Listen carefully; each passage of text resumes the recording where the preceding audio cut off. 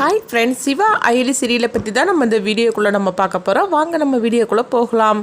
ரித்திகாவையும் கபிலனையும் தன்னுடைய வீட்டுக்கு அழைச்சிட்டு வராங்க. அப்போ பாத பூஜை பண்ணணும்னு சொல்லவும், அப்போ ரித்திகா சொல்கிறாங்க, எனக்கு இந்திராணி தான் பாத பூஜை பண்ணணும் அப்படின்னு சொல்லவும், இதை கட்டுதுமே குடும்பத்தில் உள்ளவங்க அவ்வளோடையிறாங்க. அப்போ அயலி தடுக்கிறாங்க.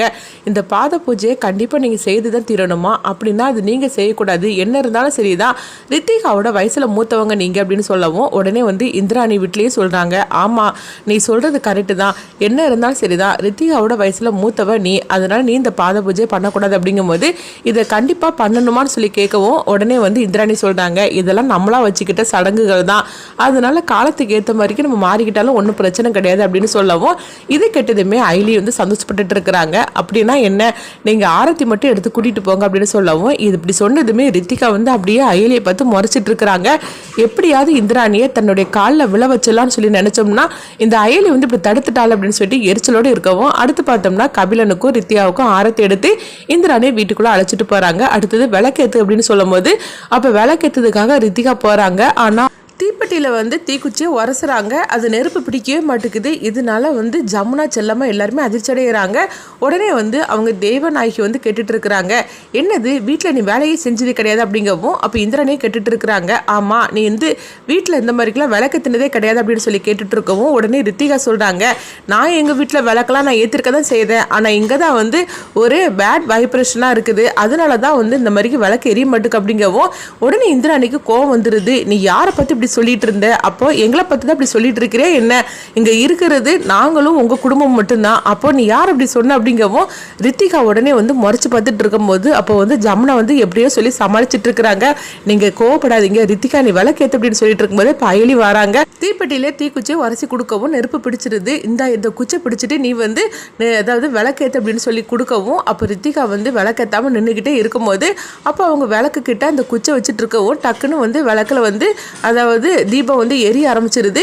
இதை பார்த்ததுமே உடனே தேவனாகி கோவத்தோட வராங்க, நீ எதுக்குமா அந்த வீட்டில் விளக்கேற்றி இருக்கிற அப்படின்னு சொல்லவும், விளக்கேற்ற சொல்லி நான் ரித்திகாவை தானே கேட்டுட்டு இருக்கிறேன், நீ எதுக்காக விளக்கேற்றன அப்படின்னு அயலியை போட்டு அவங்க திட்டிட்டு இருக்கவும், அப்போ உடனே இந்திராணி சொல்கிறாங்க, சித்தி நீங்கள் அயலியை திட்டாதீங்க, அது அதாவது அவங்க வேணும்னே பண்ணலை, தீக்குச்சியை உரசிட்டு அவங்க பக்கத்தில் வச்சுருந்தாங்க, அதனால தான் விளக்கேறி ஆரம்பிச்சிருச்சு அப்படின்னு சொல்லவும், சரி அதனால என்ன பக்கத்தில் ஒரு விளக்கு இருக்குல்ல அதையாவது நீ ஏற்று அப்படின்னு ஜமுனா சொல்லி சமாளிக்கவும், ரித்தியாவும் விளக்கேற்றுறாங்க. ஆனாலும் அவங்களுக்கு எரிச்சொல்லி இருக்கவும், அடுத்தவங்க பார்த்தோம்னா பத்மா நினைக்கிறாங்க, எப்படியோ என்னன்னு தெரியல, அயலி தான் ஃபர்ஸ்ட் விளக்கேற்றி இருக்கிறா, என்ன காரணம்னு தெரிய மாட்டுக்கு அப்படின்னு சொல்லிட்டு அவங்க நினைக்கிறாங்க. இன்னொரு பக்கம் பார்த்தோம்னா, என்ன இருந்தாலும் சரிதான், ரித்தியாவுக்கும் கபிலனுக்கும் கல்யாணம் நடக்கிறதுக்கு முன்னாடியே இந்திராணி கழுத்தில் அவங்க அதாவது செயினை போட்டது சிவா தான், அதனால கூட ஒருவேளை இந்த மாதிரிக்கு இருக்கலாம். ஏன்னா என்ன இருந்தாலும் கபிலனோட அண்ணன் தான் சிவாவா அந்த கதையில கொண்டுட்டு வந்திருக்கிறாங்க. அப்படி இருக்கும்போது சிவா தானே இந்த வீட்டில் பெரிய மகன். அயலி காலத்தில் அவங்க செயினை போட்டதுனால இந்த வீட்டில் பெரிய மருமகன்னு சொல்லி போனாக்கி அயலியாக தான் இருக்கிறாங்க. அதனால தான் ஃபஸ்ட்டு அவங்க தீபம் ஏற்றிருக்கிற மாதிரிக்கு இந்த கதையை கொண்டுட்டு வராங்க. அடுத்தது அங்கே பார்த்தோம்னா ரித்திகா கோவத்தோடு இருந்துட்டு இருக்கவும், அப்போ கபிலனோட அப்பாவுக்கு அதாவது ஆஃபீஸில் சில ஒர்க்குகள் இருக்கு போலுக்கு. அப்போ இந்திராணி கிட்ட இந்த விஷயத்தை பற்றி சொல்லவும், இப்போ இந்திராணி நானும் வார அப்படி சித்தப்பா அப்படின்னு சொல்லவும், உடனே ரெண்டு பேருமே கிளம்புறாங்க. அப்போ இந்திராணி ஒரு கொட்டேஷனை ரெடி பண்ணி இருக்கவும், அப்போ அந்த கொட்டேஷனை பற்றி ரெண்டு பேருமே பேசிட்டு இருக்கும்போது அங்கே ரித்திகா வராங்க. உடனே அவங்க ஒரு ஐடியா கொடுக்குறாங்க. அதை கெட்டதுமே இந்திராணி சொல்லிட்டு இருக்கிறாங்க, இங்கே பாரு ரித்திகா, ஆபீஸ் ஒர்க்கில் எல்லாம் நீ தலையிட்டு இருக்காத, நீ கபிலனை நல்லபடியாக பார்த்துக்கோ, இந்த குடும்பத்துக்கு நல்ல மருமகன்னு சொல்லிக்கிட்டு நீ பேர் வாங்கு, அதுக்கு பிறகு நீ இந்த ஒர்க்கில் எல்லாம் வரலாம் அப்படின்னு சொல்லிட்டு அவங்க கிளம்புறாங்க. இதனால ரித்தியாவோட கோவம் பல மடங்கு ஜாஸ்தி ஆகிட்டு போகுது. இந்த இந்திராணி நம்மளை ரொம்பவே அவாய்ட் பண்ணுற மாதிரிக்கு ரொம்பவே நம்மளை அசிங்கப்படுத்திட்டு இருக்கிறா, இவளை சும்மா விடக்கூடாது அப்படின்னு சொல்லிட்டு எரிச்சலோட அவங்க ஜமுனா கிட்டையும் செல்லம்மா கிட்டையும் திட்டிட்டு இருக்கிறாங்க. இந்த இந்திராணியை நான் சும்மா விட மாட்டோமா அப்படிங்கவும், அப்போ ஜமுனா சொல்லிட்டு இருக்கிறாங்க, எங்க பாரு ரித்திகா, நீ போறப்போக்கே சரியில்லை, நீ இப்போ தான் இந்த வீட்டுக்குள்ள வந்திருக்கிற, அதனால நீ கொஞ்சம் அமைதியாரு அப்படிங்கும்போது, இல்லை இந்த இந்திராணி நான் சும்மா விட மாட்டேன் அப்படின்னு சொல்லிட்டு இந்திராணி படுத்து திட்டிட்டு இருக்கவும், அப்போ கபிலனோட அம்மா தேவநாயகி வராங்க. அப்போ இவங்க பேசிட்டு இருக்குதா அவங்க ஒளிஞ்சிருந்து கேட்டுட்டு இருக்கிறாங்க. ஓஹோ, இவ இந்திராணி மேல இந்த அளவுக்கு கோவத்துல இருக்கிறாளா, நம்மளாலதான் இந்திராணியை எதுவுமே பண்ண முடியல, ஆனா இவளை வச்சு இந்திராணியை ஒரு வழி பண்ணிட வேண்டியதா அப்படின்னு சொல்லிட்டு தேவநாயகி நினைச்சிட்டு இருக்கிறாங்க. இருக்கிறாங்க. அப்போ அவங்க ரூமுக்குள்ளே வரவும் உடனே வந்து ரித்திகா பேச்ச மாட்டிருந்தாங்க.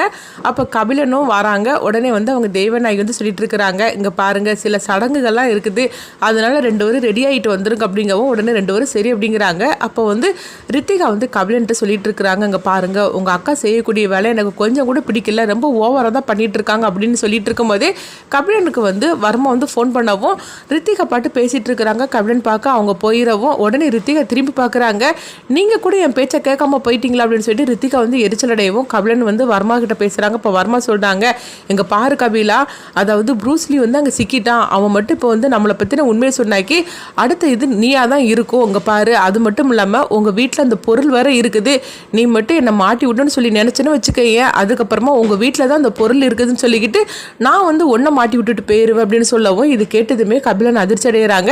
அப்படி பேசிகிட்டு இருக்கும்போதே பார்த்தோம்னா ரித்திகா வந்து ஃபோனை வாங்கி அவங்க கட் பண்ணவும் இதை பார்த்ததுமே வந்து கபிலன் அதிர்ச்சி அடைகிறாங்க. அப்போ ரித்திகா கேட்குறாங்க, நானும் பார்த்துக்கிட்டு தான் இருக்கிறேன், நீங்கள் யாருக்கிட்ட அப்பப்போ போய் வந்து ஒளிஞ்சு நின்று பேசிகிட்டு இருக்கிறீங்க, அப்படி முக்கியமான ஃபோன் நீங்கள் யாருக்கிட்ட தான் பேசிகிட்டு இருக்கிறீங்க, நான் உங்ககிட்ட பேசிகிட்டு இருக்கிறேன், என்னை அவாய்ட் பண்ணிட்டு வந்துருக்கீங்க, உங்களுக்கு என்ன தான் நடக்குது அப்படிங்கவும் ஐயோ இவ நம்ம பேசுனது ஒரு வேளை கேட்டிருப்பாள் அப்படின்னு சொல்லிட்டு கபிலன் அதிர்ச்சி அடைகிறாங்க.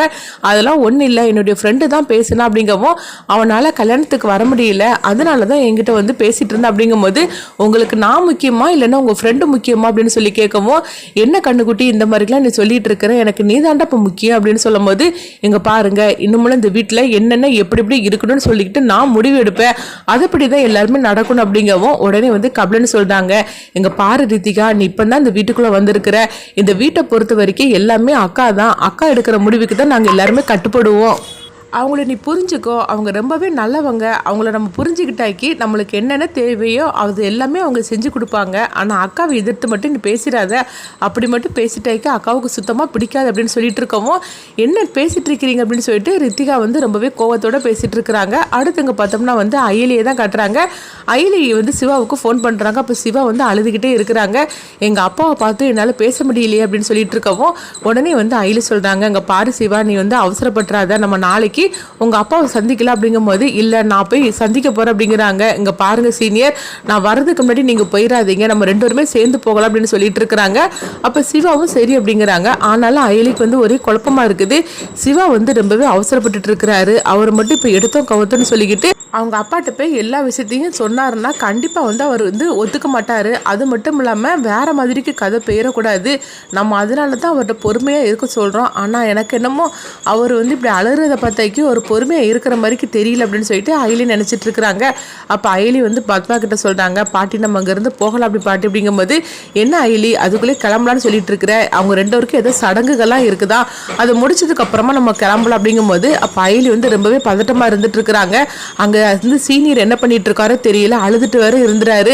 இப்போ கிளம்பலான்னு சொன்னாக்கி பாட்டி வேற அங்கே சடங்குகள்லாம் இருக்குது, அதெல்லாம் முடிச்சுட்டு தான் போகணுன்னு வேற சொல்லிட்டு இருக்கிறாங்க அப்படின்னு சொல்லிட்டு இருக்கிறாங்க. அடுத்தவங்க பார்த்தோம்னா வந்து சிவாவை தான் காட்டுறாங்க. சிவா வந்து அவங்க அம்மாவோட ஃபோட்டோவை வச்சு அவங்க அழுதுகிட்டே இருக்கிறாங்க. அம்மா என்னை வந்து அவர் ஏற்றுப்பாரா இல்லைன்னு தெரியலம்மா, ஆனால் அதுக்காக நான் வந்து இப்படி இருக்க மாட்டேன், கண்டிப்பாக வந்து உங்களை பற்றியும் அதாவது நான் யாருங்கிறத பற்றியும் நான் அவர்கிட்ட நான் சொல்ல தான் போகிறேன் அப்படின்னு சொல்கிறாங்க. இது நாள் வரைக்கும் நான் அப்பா இல்லாமல் நான் இருந்து தவிச்சது போகிறோம், ஆனால் இப்போ அப்பா யாருன்னு நான் கண்டுபிடிச்சதுக்கு அப்புறமாவும் நான் எதுக்காகமா அமைதியாக இருக்கணும், நான் இப்போ வந்து நான் எங்கள் அப்பாவை பார்க்கறதுக்காக நான் போகிறேன் அப்படின்னு சொல்லிட்டு இருக்கிறாங்க. அடுத்ததான் என்ன நடக்க போகுதுன்னு சொல்லி வெயிட் பண்ணி பார்க்கலாம்.